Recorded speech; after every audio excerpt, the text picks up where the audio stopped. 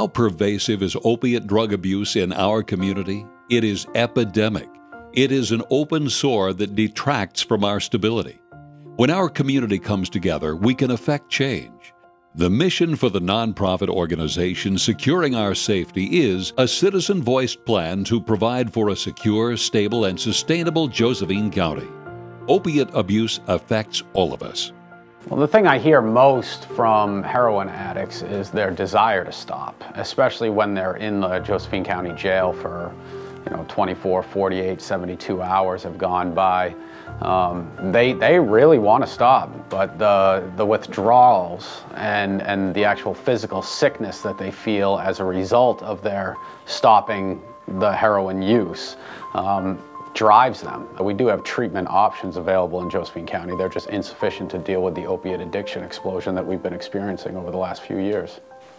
She was a beautiful soul. She was brought to me with her dad about 3 years of age, and she lived with me and her dad till she was about 7, and she loved everybody and loved animals. She loved dogs and cats, and she was just an absolute joy to be around. And when she got into school, she was very, very active, and she got into karate, and she sang beautiful.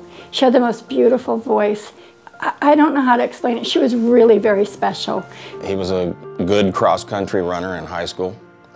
Had a big heart, cared about people and didn't like to hurt people's feelings. He worked for Aspire, this final job at the time that he passed away.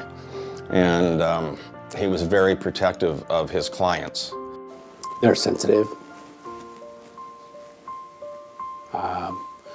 Drug addicts are full of feeling, but you don't necessarily see that because the drugs they use help them defend from that. You've got some addicts that are functioning in our society on the edge. Probably most of their coworkers realize that there's something wrong, but they don't know what. So there are people engaged in all levels of our community, from white collar to blue collar to people on the streets. There's no generalization you can make. Drug addiction is a chronic brain disorder. These people are ill, not evil. They need our help, not our judgment. She got introduced to painkillers, which led to the horrible dark world of heroin and meth. We were expecting her home Christmas Eve, and I was stuffing her stocking, and I got a phone call. He said, "We got that call. We've always dreaded it. Marnie's overdosed." It was an overdose, and it was her boyfriend shot her up with heroin. 3 days later, as we all sat around watching, they came in and pulled the plug, and I had to watch my granddaughter take her last breath. It's the hardest thing in the world. You see so many changes in them, and then you sit there and you wonder, what could I have done to make this change? These people do want help. We can always use the sanctions that we have as a way to get them to voluntarily go into these treatment facilities. Give them day-for-day credit on their jail sentence. So instead of spending your time in the Josephine County Jail, you can spend your time in an inpatient treatment facility. So it's more of a tool. The criminal justice system can be used as a tool to get these people to comply with the treatment to the point in which they realize this is the best thing for me. Because it's the short term that we have the problem with. It's not necessarily the long term. If they stay clean and sober for those 30 days, or 60 days, or 90 days in an in-treatment facility, they realize, I can do this. Why would I go back to that? Now you're going to have relapse, we're going to have issues like that, but that's not what I'm talking about. I'm talking about just getting them started on that road. And right now, we just don't have the tools to do that. There are 5 treatment programs, Choices Counseling Center being one of them, ADAPT, On Track, Community Corrections, and Options of Southern Oregon. One of the niches that we do not have in Josephine County is medication-assisted treatment. We all refer to a program in Medford, and that hasn't proven to be very successful for us. We have over 200 people going to Medford for these services. It's a terrible waste. a waste of time, a waste of money. It disrupts their lives entirely. How could they possibly start a new life with having to travel like that every day? Taking her back and forth every day, 45 miles each way. Not that we resented doing it, but it was difficult, and she knew it was difficult on all of us. And I think it played a big part in the fact that she felt she was trouble to us. You know, the opiate addict who does not get treatment and or kick it through treatment, the habit itself, is going to reoffend. I mean, it's just a matter of time. You go back to 2010 and we had 4 cases that were related to heroin here in Josephine County. 2011 was up to 22, 2012 up to 37, and then it exploded in 2013 to 123 cases. And so far, year to date, as of September 9th, 2014, we had beaten the numbers in 2013 with 129 cases, and that was still with 4 months remaining in the year. These cases that I just referenced are related to actual heroin charges. Somebody either in possession of heroin at the time that they had law enforcement contact, somebody dealing heroin, manufacturing heroin. They are specifically heroin related charges. All heroin related charges are felonies. By the time I was 12 years old, I was smoking cigarettes and marijuana, and I was using alcohol on a pretty regular basis. By the time I was 15, I was using meth, and by the time I was 16, I was using meth intravenously. That taboo was part of what drew me. I was suspecting that he was smoking pot or something like that. I didn't suspect that he was doing heroin. I went looking for him because Laura and I were worried about him, and I could spot Cody from a long way off. And we went right over there. He had been on meth at that time, and he was really grindy and real, and he was in a withdrawal. Cody was like 5'8.5", maybe 5'9". At this time, I would say he weighed under 120 pounds, which Cody was very muscular. He was miserable, I could tell, and he just started yelling and crying. And Laura goes, "Let's go to the hospital." He was crying out. I mean, it was really, it was bothering him. I mean, he wanted help, but there was no help to be found. There was nothing in Grants Pass, there was nothing in Medford. This really bothered Laura and I, because I'm going, are you kidding me? We've got this type of problem. They're going to try to find help somewhere, and there's nothing here. There are younger opiate addicts who are kind of new into the addiction that don't have a criminal history because they haven't been caught with anything yet. And sometimes when they get caught their first time and they just get a PCS heroin charge, just a possession charge, the ideal situation would be we get those people, those young people with their first PCS charge, use that as an opportunity to get them into a treatment and deal with the addiction right then and there. Because if we don't, what's going to happen is they will eventually, the addiction will lead to stealing.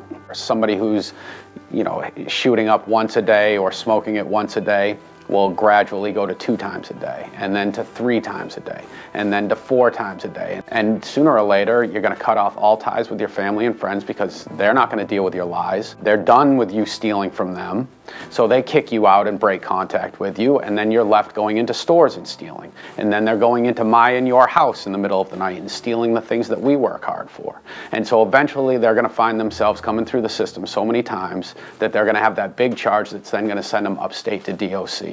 And we're going to be spending a lot of money in order to house them in prison when we should be dealing with it at the first time we catch them within the criminal justice system. For every dollar that's spent in treatment and getting people into drug programs, we save $3 on healthcare costs and enforcement costs. So it's a great investment for the community.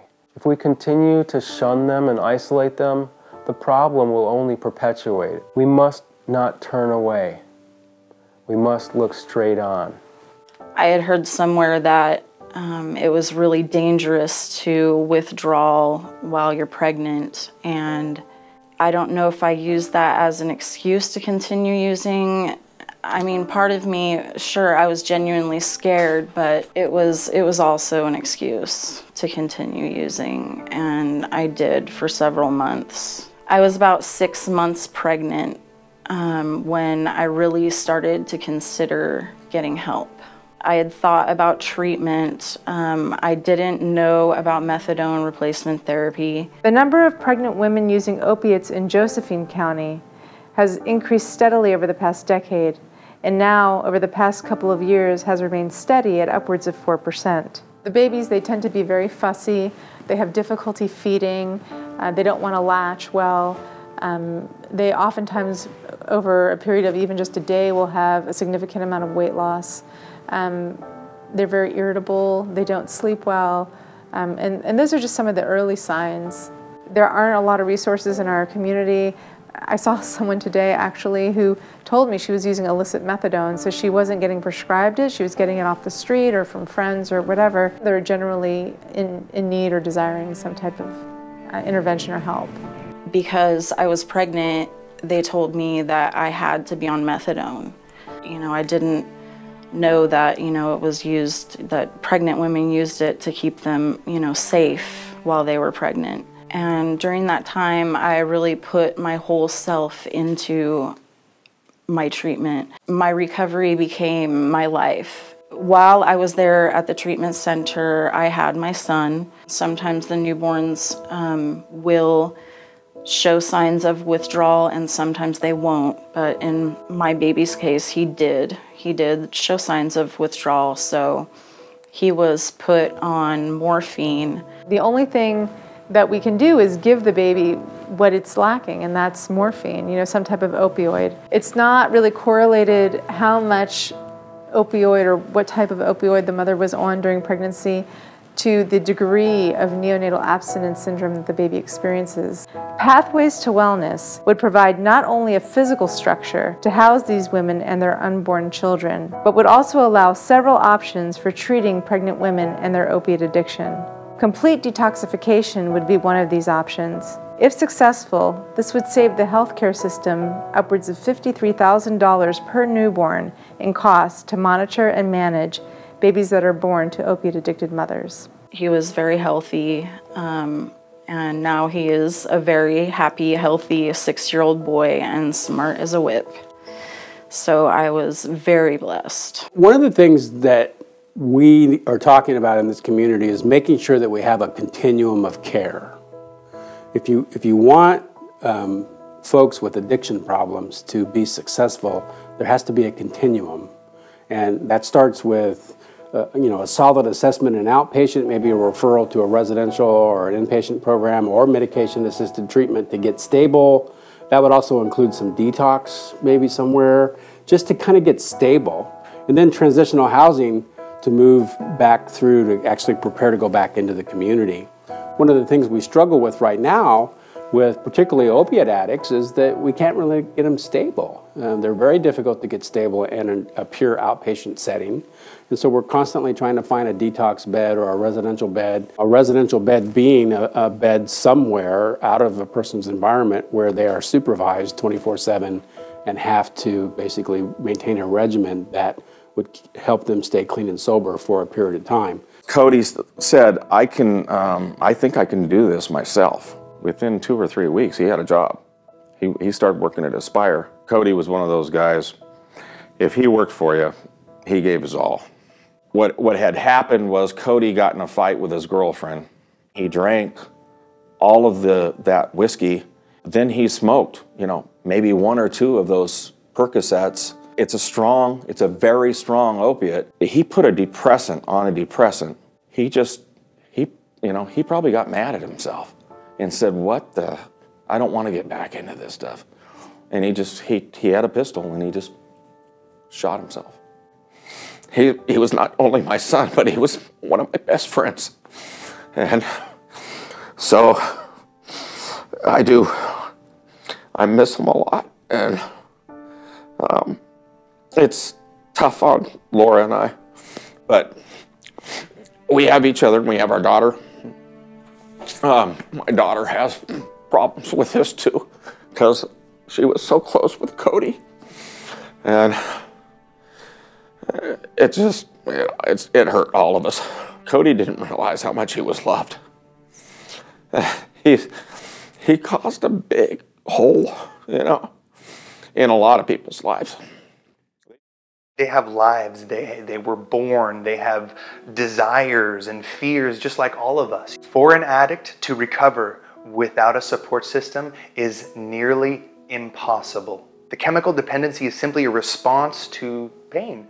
A really huge factor in me finding help was through my parents, first and foremost. They offered me the opportunity to go to a rehabilitation center, and there I was able to receive the treatments and the tools that I needed to make the necessary changes in my life.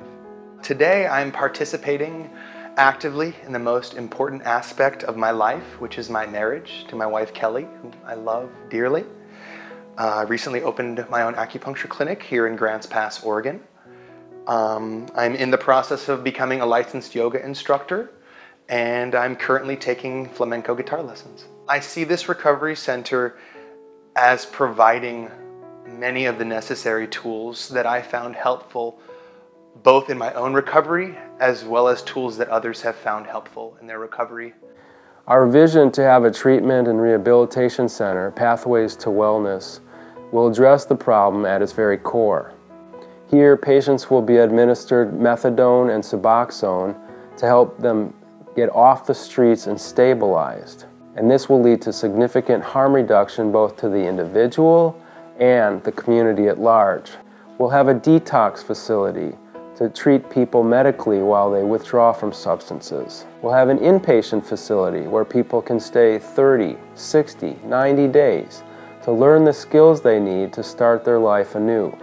We will implement programs to teach them how to cook and garden, classes on nutrition, fitness, yoga, mindfulness, and more.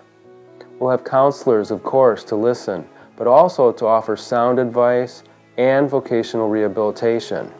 There needs to be some type of a center where they know how to treat people and get them off the garbage, get them off this heroin or meth. I think we need the extended community's support in order to deal with this problem. It's not an out-of-town problem, it's our problem. People that are addicted to anything can be treated and they can recover. Methadone saved my life. It gave me a second chance. It opened doors for me that very well may have remained shut. I got my Bachelor's of Education in the Family and Human Services program at the U of O. And I just graduated that program in the spring of 2014. My future looks bright and wonderful and exciting, and I can't wait to launch my career and, and get in and help people and be a part of something big, something bigger than me. Yeah.